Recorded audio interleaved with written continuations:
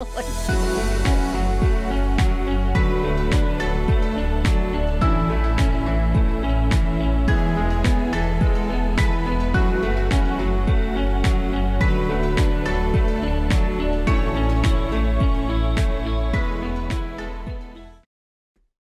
thank you for joining us. I'm Sue, and I'm happy to have my guest here. This is Tim, and I'm just going to talk a little bit about him. He has spent his life helping people and organizations be successful at what they do best by helping them to find the place where culture, vision, strategy, and execution meet. His ability to connect with people and to help them connect with others has opened doors to success on a career path that has included world-class businesses, small businesses, entrepreneurship, as well as small and large nonprofits. Tim, welcome to the show. Thank you, Sue. Thank you. I'm grateful for the opportunity. We had a delightful introductory conversation. We did. So pleased to be able to Thank spend you. some more time talking with you. Absolutely. Well, I think you'll have a lot to teach us. So this first show, we've titled it The Nature of Work. And so we can kind of talk a little bit about maybe the beginning of it, how we talk about who we are. I think that's fascinating. Mm-hmm. Sure. That's what I'm so resistant to putting a bio out there, right? And some of it is, I think there's the shyness about many people have about talking about themselves. We're trained to be not so proud of what we do that we're just, hey, this is me. Right. But a language can be so limiting, right? What words do we use if we only get a certain number of words to describe who we are? Right. And unfortunately, in my opinion, as we get older, we start talking about who we are as what we do for work. Absolutely. You know, and what a limiting thing that is, so right? True. Because it's like your whole identity. It doesn't have to be what you do, right? Exactly, and how to balance that is I think an important thing. When we talk to children, we don't say, "Hey, what do you do for work?" We don't because they don't yet. But also we are interested in what they're interested in. Yes, right. We absolutely. approach them and say, "Hey, what did you do today?" Or do you like this? Or what do you do for fun, right? Right, because we want to know, what they're going through and kind of go along on the journey with them. That's a beautiful way to put it. Exactly, yeah. Thank you. And as we get older, right, we stop being on sharing a journey with people or being interested in their journey so much, and we're in the space of, here's what I do. What do you do? Okay, now we know what we do. Like, wow. Wow, yeah. Because you're so much more than what you do. Exactly. So interesting. The idea of being a human being instead of a human doing. Exactly. And I love that idea. And I maybe a story for another time, but I quit a perfectly good job that paid well because I realized that I'd become a human doing instead of a human being, and I was not getting joy in it. And someone challenged me and said, "So why are you doing that?" It's like, oh. Wow. And then you have to ask yourself, before, like in the wee hours of the morning, okay, what is important to me right now? Because we do evolve and change, and our lives evolve and change. And so it's like, what version of in a sense, what's the grandest version of yourself that you could maybe look at beginning to create? Mm-hmm. And then looking in that direction. Yes. Right. There's a gentleman I heard speak, and he had this idea of living into our best future self, I love that. Kind of plucking that out of the future and doing it now. And I love that idea, to be able to say, hey, if I was being my best future self, what would I choose right now? And it's instructive for me. To be able to do that. Kind of informs how you spend your time. And the great thing is we can shift that really at any time. So even if last week, you kind of wanted to write a book or something, and now you're like, well, actually, I want a podcast. Mm-hmm. It's okay to be fluid. Right. And then to see how that feels. And if that feels even better than perhaps writing the book, then good for you. You found your next kind of interest. Right. And it's nice that we get to change, isn't it? It's nice. If we allow ourselves, I acknowledge you, Sue, for being courageous and saying, "I want to do The this show and show," and then you did, right? How many people don't live into that future idea, you know? So yeah. you're a great example of people who do make the courageous choice to live into something other than just being their job, hmm right? So that's fantastic. So when I we love that. talked the other day, I really found it fascinating to listen to you about like what is work and how did we, in a sense, like in your dad's generation, how has it changed over time? Like, do you know what I mean?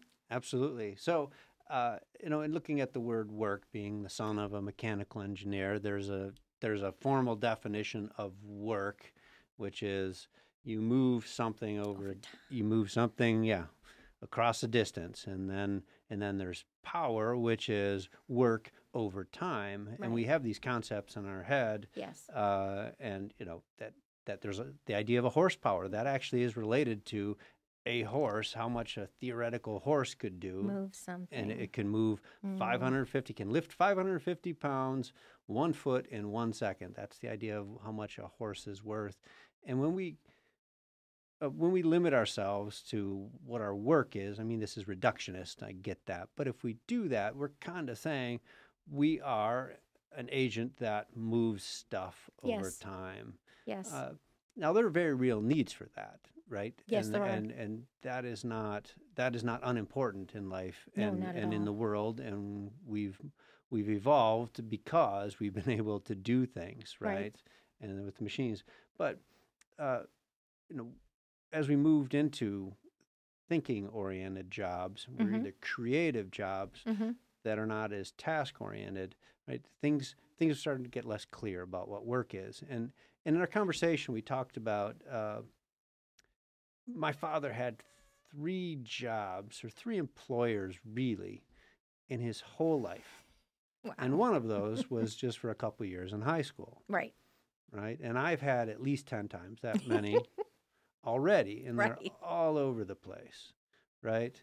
Uh, Like pilot, really well, cool things that I've you've never done. been paid to do that. But So, like, but if I've, it's so dipped cool. ice cream and I've done, I've been a custodian, I've done a lot of stuff. And I believe all work is noble if Yes, I done believe well, that too. too. I do. So I don't judge a job where it's moving something around as being Yeah, because less we less need, value. where would we be without? I'm just saying that can Right. be kind of reductionist. Yeah. Uh, so in my time, all these different jobs, right? Looking for what is my work, and I've not had clarity on what my work was, or I didn't think I did, I guess is what I will say, Mm-hmm. um, until later. And I found the theme, the thread through all these things that I've done. I joked with you a bit about my bio, and I was going to put on there that I'm a helper. Yeah. And I've been doing that for 54 years. Wow. That's the thread, right? That's the thread that, Because that is the thing that it took me all this time to own that really is what I love to do, right? And mm, if I'm in the space yes. in the zone of my happiness, my joy, and a place where I can add value to the world, it's being a helper Mm-hmm. to other people. If it's helping mom iron and fold Yeah. dad's hankies, Yeah. that's kind of the first task that I remember being a helper on.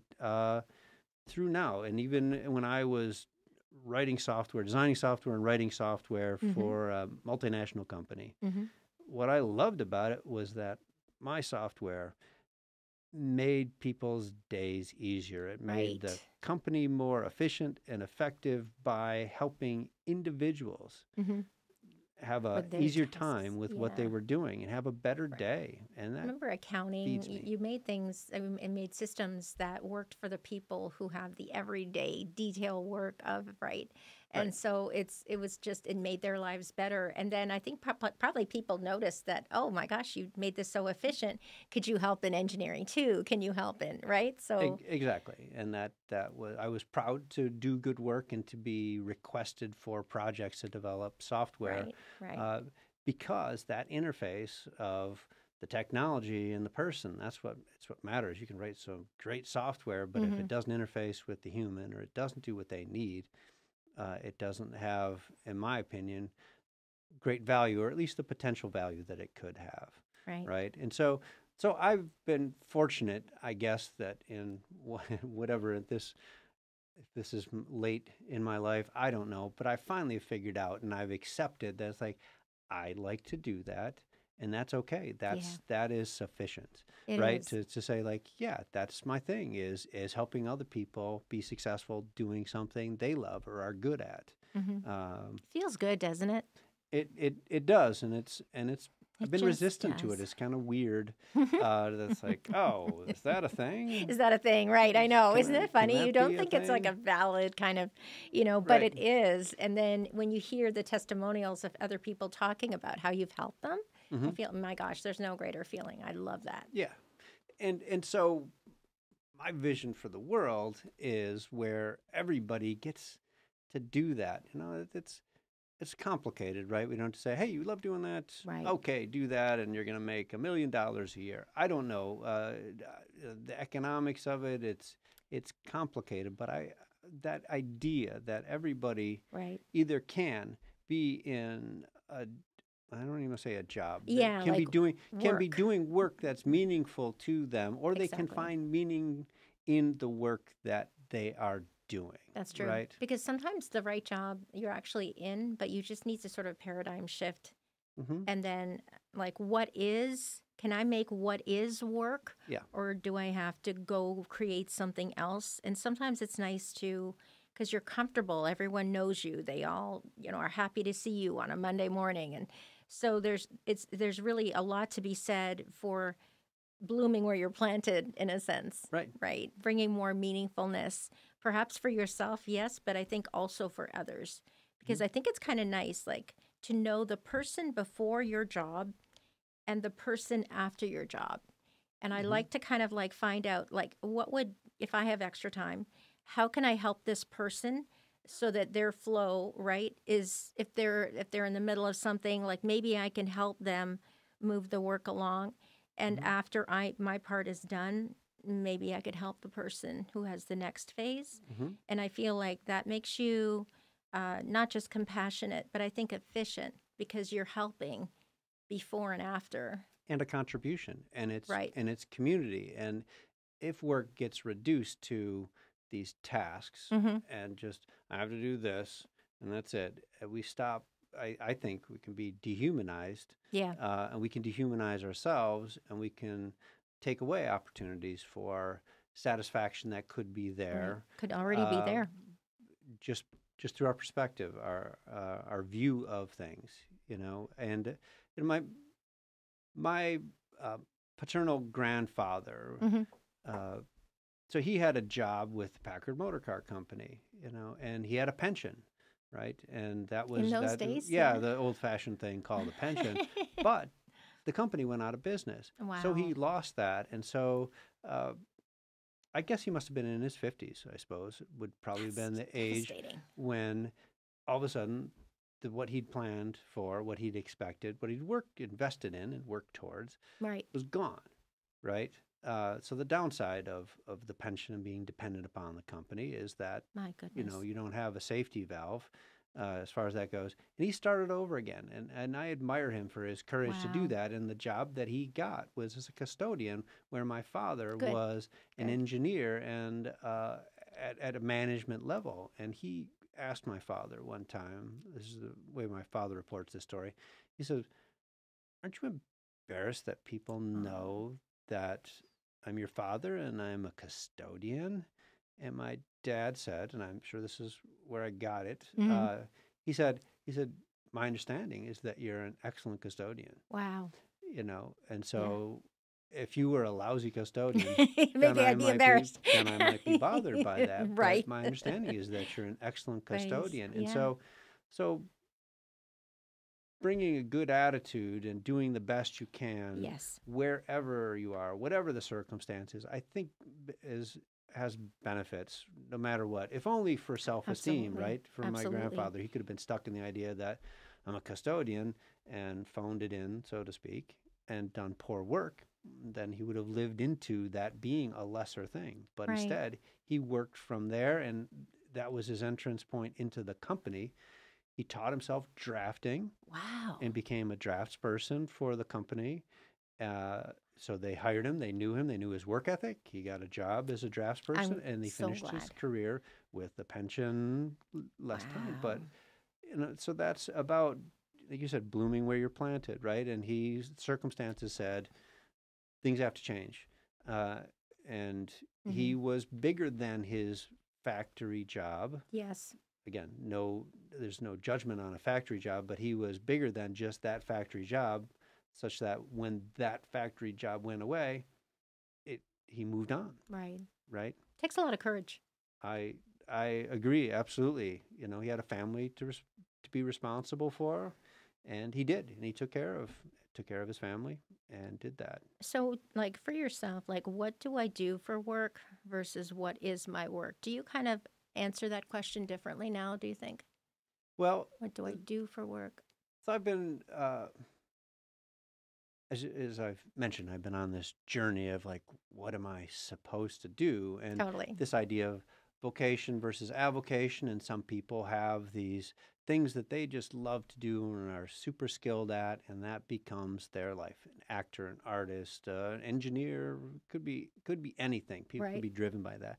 My sister is someone who was driven to move to Colorado and become a psychologist, and That's she did, exactly and that what was she she was did. like she was on that path. She knew where she was going to live.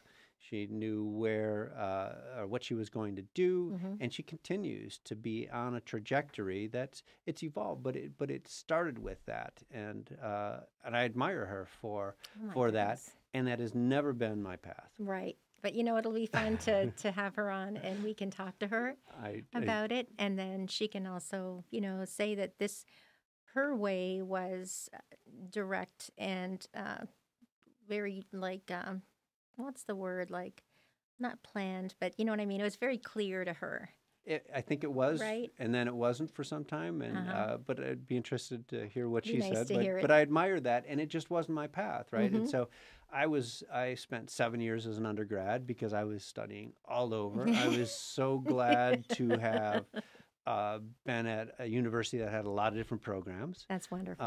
And one of the things that I didn't touch on is how different it is now, right? And I recognize that I had the Mm benefit of it hmm. being much more affordable.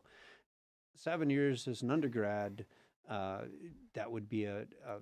very cost prohibitive thing for Yeah. most people these days. So I have the good fortune of that. So I think some to talk about that this is our reality. We're similar in age, Right. We similar are. enough We that are. we have this view. And we We talked are. about how it was different from my grandfather, my father, and my nieces. I know uh, that they are conscientious, uh, good Right. workers, Right. Good, honest hard people. workers, Right. all that stuff. Mm-hmm. And yeah, and their path is just different. They haven't found the spot that's a good fit for them exactly yet. And they're working towards it.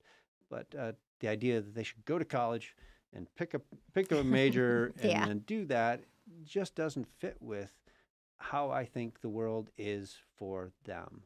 Um, Right. and so back to this. So 7 years as an undergrad, because I wandered around and I loved all the different classes. And eventually they said, "Hey, Me too. you're gonna need to leave." Um, I mean, it was kind of that conversation. So you're gonna need to choose something and get actually, out of here. actually, yeah, like choose from what you've done already. Mm. What is most interesting to you? How did you decide that? I got some good counsel from a gentleman Mm-hmm. at Western Michigan University. I spent a couple years at Western when I had an idea I wanted to be a teacher, and I did, and I think I by nature am, but uh, I had a crisis in doing Sure. not quite student teaching. It was a classroom experience, and it Okay. was brutal. Gosh, it's and so and like. I wasn't sure I was ready for that every day, and uh, I didn't That's have people hard. in my life to help me with perspective. I might have stuck around. I don't Right. know, but for me, it was like, My oh, I can't goodness, do this this. And is, so, yeah. the good fortune of the two Larrys at Western Michigan University who developed a career inventory that was like it was like 4 hours of testing that you go through, and then Okay. they crunch the numbers and they look at it and they sit you down and they say that. And Larry sat me down and he says, "I bet you think you can do anything, can't you?" You kind of, no, you And I kind like, of like, well, you kind of, I have a lot of interests and I have some talents. And at that point, I thought, yes. And he says, well, you can't. And so I was like, what do you mean I can't? And he says, you can't. He says, you need to dig into something and really, really develop expertise at it, hmm really okay, investigate it. That you're wandering around is not going to serve you. That was his assessment of who I am, and there is an element of that that was absolutely true, right. and it was a tough and important thing to hear. And he said, "So you need to choose a direction, get an advanced degree of some sort, and go do that and be good at it." Now, it didn't exactly turn out that way, but it was critical to stop me wandering as much as I did. Right. Right. It's easy to stay a student because it feels sort of like a safe place to be at university. And it's kind of scary to think about, Mm, oh my gosh, what am I going to do next year? And is mhm, this going to be all right? mhm. Yeah, I think, and it's interesting because, like, I like the way that you tell stories. So I feel like one of your gifts, um, did you know that story was important to you? Or is it a recent thing that you're like, oh, I really am fascinated by story? How did you come around to that? Because it's so powerful. Well, I've always been a word person. Yes, yes. Uh, and I got in junior high, I got a dictionary that had a section of Latin in it, and it was fascinating to me because I could understand the etymology, the origin of words, what they meant, Yes, and that was like for me, that was like, oh, this is awesome. Uh, right, and so words were always important, and being a child of an engineer, right. accuracy was important, and so in my family, using words accurately was important. Now, I came to have a different relationship uh, with words because that was kind of a dangerous environment, right? It's like use the words correctly or else. Uh, so what I have come to understand through time is the power of words, and that we create our world through our words. This is not Yes. a concept unique to me, uh, but I'm really getting it more and more because you and I can have an experience, and if hmm we don't use words right, are we seeing the same thing? Are we Right, viewing it the same way? And right. even though we have a vocabulary that we believe is in common, our Yeah. internal experience could be entirely different. Um, And it's nice to check in with the person that you're with and just, is this interesting to you? Is mhm, this something you'd like to do right, again? Like, it's nice that we can experience something together, but then it's also nice we can evaluate it. right.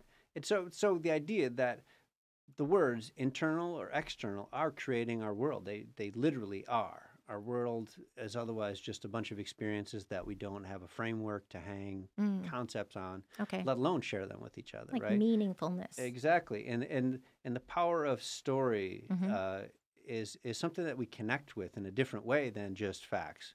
And maybe you've had this experience with hmm uh, right? Someone's telling you a bunch of stuff. It's like, right. But then they tell you a story that maybe contains that. It's very different, right? Yeah.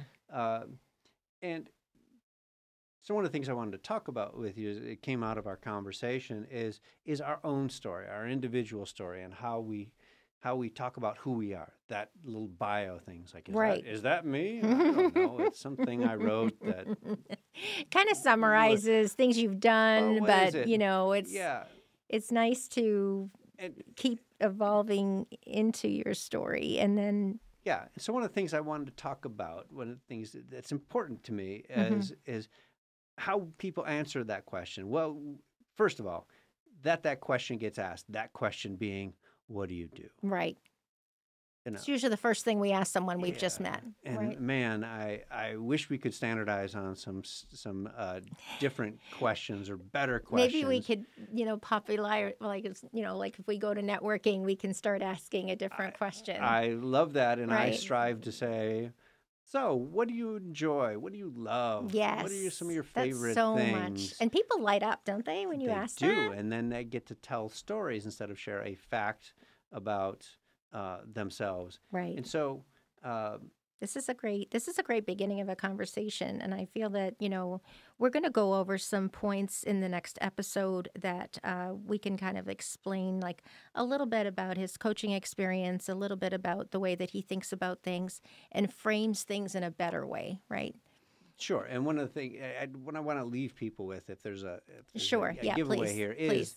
is just to be mindful of the tyranny of that question, or the potential tyranny of that So question, true. and that we do it to each other, and we can also not do it to each other, right? That Hmm. we can honor Right. who we really are as an individual by how we respond, Right. and also the other person by what we ask. Right. Because uh, I You, don't think we connect with each other so much better. I think that's what people want, I do too. and I Yeah. think we're creatures of habit. We're so much more than what we do. Absolutely, and You know, that's the key it's thing is it's important. like when you meet somebody new, ask them something other than what do you do? Don't just go there for like the first thing that enters your mind. Right. So I'm going to show some information if you'd like to learn more about Tim's work.